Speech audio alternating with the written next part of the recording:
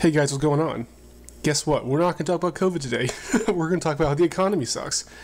Anyone with a brainstem, or anyone working, or anyone that watches this show knows that the economy sucks. It's apparent in our face 24/7.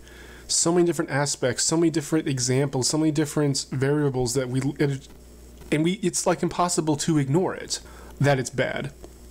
But yet, and this will be hard to believe, I know for you guys, but Democrats, the vast majority of them, can't see it. They actually think the economy is booming.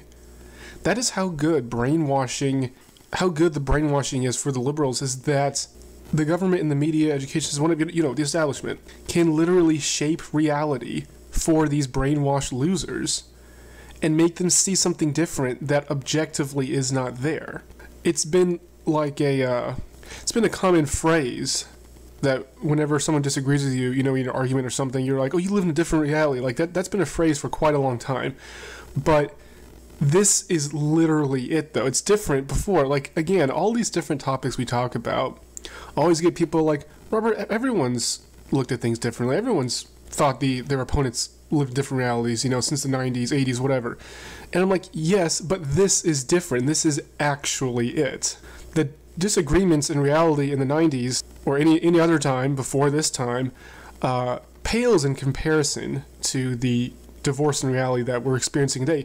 If you put it on a pie chart, you wouldn't even see it, the sliver on the pie of how big this divorce in reality is compared to everything else that we experienced before in human history. It doesn't even come close. All you need to do, even Google can't hide it, CNN can't hide it. It's so apparent all over people's faces that it's bad that they can't even hide it. It's like with the Afghanistan debacle in the summer. They couldn't even hide how bad that was. Now, even some Democrats who believe that the economy is bad will blame the unvaccinated. Oh, it's only because they haven't got vaccinated that we can go back to normal and the economy will good again. That's also brainwashing. The unvaccinated are not firing people en masse by the hundreds of thousands from critical roles in our economy, like police officers and nurses and construction workers, etc. We aren't doing that. You, Marxist faggots, you're the ones fucking doing that, okay? Inflation is the worst it has been in 39 years. At first, they denied that inflation was occurring. Then they said it was just transitory. Oh, it's just temporary because we're getting back to normal. It'll go away soon. And they're like, oh, actually, it's the worst it's been in 40 years. And it's going to be through 2022. All you need to Google is bad economy and Google News. And even it cannot censor enough articles for you to figure out for yourself that the economy is bad. Now, we can talk about anecdotes as part of an example of why something is. You can't use one anecdote and say, okay, this happened one time to me, therefore that's the case all the time. No, you can't do that. And what I mean by this, okay, I work in a warehouse, right? Typically, the busiest time of year is December because everyone orders everything online for the holidays. It's like way worse than any time part of the year. We're backed up, hundreds of thousands of orders, really tough hours, long hours, whatever. That's normally how it is in December for warehouses, post office, FedEx, all that stuff. But the weirdest thing is happening at my warehouse this December. There is hardly any freight. It is way less than even in the summer, which is typically the slowest part of the year. It is a fraction of what we normally get. It's the most bizarre thing. There is no rush. There is no December rush. It's just not there. And everyone who's been there, I've only been working there 6 months. So everyone who's been there longer has been like, this is the weirdest thing. This literally has never happened before in the history of this building. And they're just so confused by it. So we started talking over the course of the days of why this is the case. And all of our conversations led sooner or later to the point of that everyone is fucking broke. I'm broke. They're broke. Everyone I know, except for like one privileged person, 2 or 3 maybe, is broke. The middle class has been eviscerated by Biden's economic plans of 2021. There are hardly any of us left. I was in, I would say, lower middle class during Trump. I was poor as shit during Obama's years, and suddenly when Trump got elected, magically I started getting better jobs. Wow, what a surprise, right? Sure, it's just a coincidence, and not the fact that Obama and Biden's economic policies suck dick, and Trump, for all his faults, even though he's an ass, his economic policies were better. And then as soon as Biden got elected, boom, all this inflation starts, all this scarcity starts, my raises are not keeping up with inflation, so even though I'm making more than I ever have in my career, it feels like I'm getting pinched even more because the inflation is making it worse. Everything costs so much. I have become so fucking Jewish with my budget in order to make ends meet, even though I'm making more than I ever have before.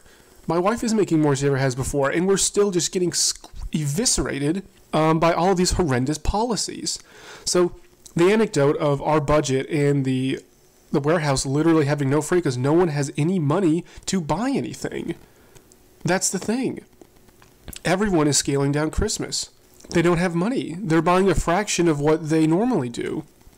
Every single person I talked to said the exact same thing. So I know if this is happening, and we ship all the way from Maryland all the way down to like South Carolina. So it's not just like a localized place that, that critics would say, oh, you just live in one spot in one country. So just because like it's bad there doesn't mean it's bad the rest of the country. No, this is affecting several states, several hundred miles worth of territory that this is happening. So if I know if it's happening here, over that big of an area, then it's happening all across the country because you can just go online to any of the YouTube videos that do political commentary that I follow, like Matt Christensen or Stick Hexenhammer or podcasts of the Lotus Eaters. You can talk to. That's the beauty of the internet. You don't have to go somewhere to figure out how it is there. You can just talk to people there and they'll tell you. And he's like, oh, well, they might be lying. Oh, wait, so all these people just coordinated together and they're... Yes, one person may be lying. That's true. One person may over-exaggerate. That is completely possible. Once you talk to so many people over the course of a very long time and they all say the exact same thing, all these people from all the different tops of the places of the world never talk to each other. They don't even know each other. They couldn't possibly coordinate such a big cover-up and a lie. Then you're like, okay, well, this is probably happening. That's a good guess. That's how we figure out news. Reporters tell us things because we can't be everywhere at once. How do we know what happened in Afghanistan? Because we have reporters who were there who reported it. I've never been to Afghanistan. Odds are you have not been to Afghanistan. Yet we know there was a war there for 20 years. Yet we know there was a botched withdrawal. Because other people reported it. Now, of course, there was propaganda covering up the withdrawal, but that's not what we're talking about. We know that's propaganda. We know what happened. We know the truth because people reported it to us. People on the internet, people on the radio. Actual reporters who actually report us stuff and don't just spew out propaganda.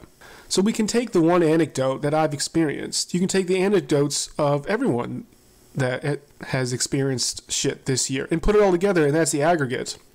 That's how data's formed. Data is just everyone's situation put together.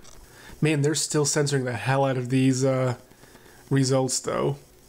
Let's do DuckDuckGo instead.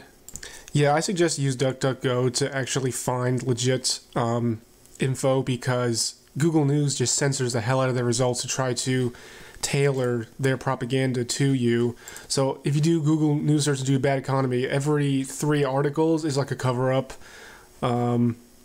to make excuses for the Biden administration or say, well, it's actually not that bad. People are just making shit up. But you can pull from mainstream liberal sources that the inflation is the worst in 39 years. It spiked 6.8%. They can't hide that. They can try to. It may take you a little longer to find it, but it's all there. It's right there. They pushed the price of food, energy, goods, and services rose by 0.8%. Energy prices are up 33%. Gas spiking 58%. Thank fucking God that my house is electric. It doesn't have a gas furnace anymore. My old one had gas. But, like, can you imagine, like, your energy bill for your gas furnace literally costing 58% more? People are already struggling before this. Look at this graph. Look at this photograph. No, Nickelback, no. Look at this. The moment Biden takes office, it skyrockets. You think that's a fucking coincidence? All these Democrats who just run cover for Biden make all these other different fucking excuses as to why it's not Biden's fault.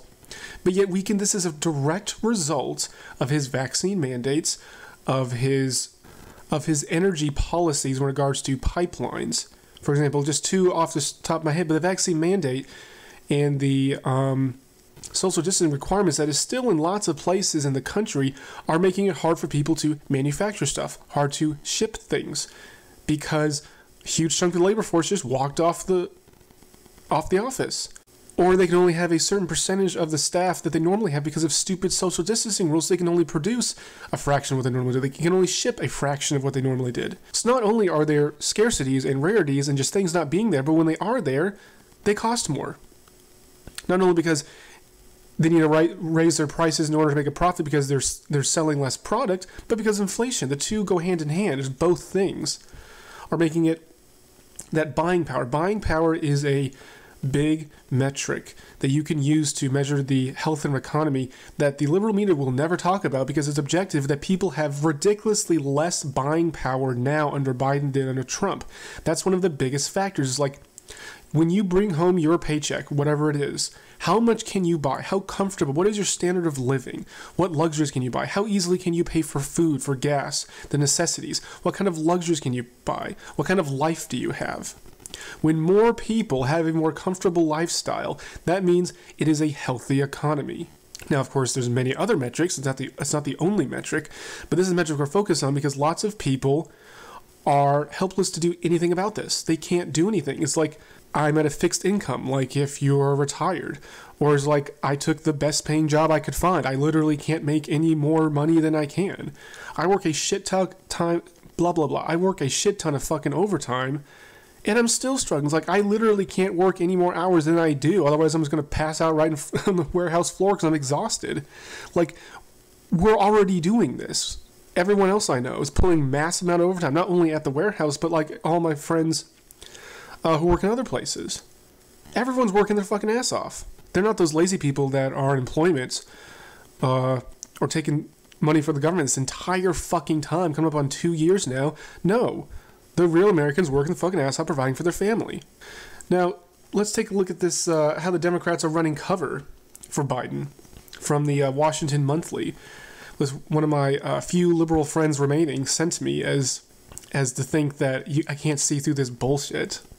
You notice how they really don't cite most of their citations, but even though what they're saying is technically true, there are caveats that they don't say, which would eliminate, like, oh, so that really doesn't mean what you think it is. For example, real GDP increased at a 7.8% annual rate. And without context, you're like, hey, that sounds good. Like, GDP grew. GDP higher is good for an economy. Okay, what does that mean? So that means we made a bit more money. Who's making that money? Is it going to the bottom class, the people making less than, like, I think it's 30,000 or something? Any sort of middle class, 50,000, 60K range, normal, hardworking Americans, the majority of Americans, are they seeing that increase? No, they're not. This is the same thing that happened after 2008. Any economic gains we made after 2008 during the Obama presidency, the 1% ate up. Because the crash devastated the middle and lower class, and the 1% benefited from it. And so their profits grew to record highs. The 1% love fucking with the economy like this artificially, just fucking it all up, making everyone else more dependent on them, and they make more money in the process. So that's 7-8%. The 1% made almost all of that increase. Yeah, they made more money. Everyone else lost money. That's what they're not saying. That's the caveat that they're not saying. Wages and salaries rose. And they always say after inflation. No. No, that's straight up lying. If you got a 3% raise this year and inflation went up 6%, you lost 3% of your income relative to buying stuff. Your buying power decreased by 3%, okay? But they want Americans to be too stupid to realize that, and they want to be like, oh, I got a 3% raise, so I'm good, I'm happy, I'm going to vote for Biden again. No, all these other factors mean you actually can buy less. The main reason for the big increase in total wage and salary income is that 5,675,000 Americans who are unemployed this year found new jobs by November. Found new jobs, eh? Wow, what a weird way to say that they were allowed to go back to their old jobs that they had in the first fucking place because you closed down the fucking economy, dipshit. We didn't add 5,675,000 jobs in 2021. We simply, big government daddy, allowed 5,675,000 people to go back to work to put food on the table for themselves. You don't get to take all this stuff away from people, then give it back a year later, like, look all this stuff you got. Yeah, you took it from me last year, asshole. And then later down the article, like it says, 45% of households surveyed by Gallup saying inflation is straining their finances. What, did they ask, like, mostly rich people? Because I don't know anyone that's not strained by this crap. Wait, but I thought you said after inflation, people are still making more money. So how is inflation straining their finances when you said take it after inflation, they're still making more? The two can't exist at the same time. Here, this sensitivity is also fairly concentrated among lower-income Americans. 71% of households, 71% of people in households earning less than $40K a year consider inflation a hardship, while 71% of those in houses earning $100K or more says it poses no problem. Wow, what a surprise! I never thought that would happen. That's never how an economy works. Like, come on. All right, this is coming up. We're approaching the 20-minute mark after editing stuff. I think about 18, 19 minutes right now, so we'll cut it here. It's just, it is amazing how Democrat propaganda can literally shape someone's reality. I would love to see how it is in their heads. Like, how do they interpret things? What do they, like, what is an interpretation method in their fucked up head? Like, they must be so fucking weird compared to you and me. They must interpret things totally freaking different. If they interpret these things, which are just stark in your face, how bad do they misinterpret other things? Like, if you see someone grab someone and stab them, and Democratic propaganda machine says, oh no, no one got stabbed there, and you sit there, you witness this happened, and you still say, oh, no, no one got stabbed. What are you talking about? Like, that is powerful brainwashing. That's not just lying about something that you didn't see. Like, people didn't physically see the Afghanistan withdrawal. This is lying about stuff that is in our face every single fucking day. And Democrats, what, 30, 40% of the population, take it hook, bait, and sinker. It's amazing. These people have been divorced from reality for such a long time. I've been saying this the entire time I've been making this podcast, is that they literally live in a different fucking reality. Where black people don't commit most of the violent crime, where you don't need a gun to defend yourself, where companies can censor your freedom of speech. It's not censorship if a company does it, and they can kick down your door and give you experimental vaccine. That's not fascist, but like, we just go on and on and on and on down the rabbit hole if we want to, but like, how they misinterpret every single thing in life. They literally get nothing right. They live in a different dimension. They don't live on planet Earth. They don't live in America. They don't live in the same place that me and you do. But I'll put a link to a video I did years ago saying how people live in different reality. And we occupy the same physical space, but we do not occupy the same mental space at all. We're not just Venus and Mars with this shit. We're like Earth and like whatever the farthest fucking planet is in the farthest fucking galaxy. That's how far away we are. So, I hope you guys are doing okay financially. I mean, me and my wife are pretty damn financially smart, so we'll get through it. I mean, we're the best team, and so we'll be fine. It's just stressful as fuck. And I know we're in a better spot than most other people that we talk to, so I know if we're struggling, they're really, really struggling. Like, they're worse off than us. Which, again, there's that quote, if you spend more than half your paycheck on the essentials like food, gas, utilities, then that's when people become more likely to revolt against the government. There's also a phrase, a person needs only starve for 3 days before he will rise up against the government. It doesn't take that much to drive a person to that, to do something like that. Like, if your family's starving for literally 3 days, there is no fucking food, you're like, okay, we have got to go against the government. Like, we're going to starve here unless we do this. And it drives ordinary people to join our side. So I think we're going to see a lot of that during the next year. I think a lot of people who were normies or voted Democrat because, oh, I don't want to be racist. So, you know, if you vote for Republican, you're racist. So I'm just going to vote Democrat just so I won't be racist. A lot of these on the fence people, not the diehard cultists, they'll starve themselves and kill themselves, and they're still love the government doing it for them. I think a lot of normies, a lot of people on the fence are going to come to our side and be like, enough is fucking enough. This shit is ridiculous. So we'll see how it goes. And I don't know if I'll make another video before Christmas, so if I don't, Merry Christmas, Happy New Year, have fun with your family, do whatever makes you happy, and good luck.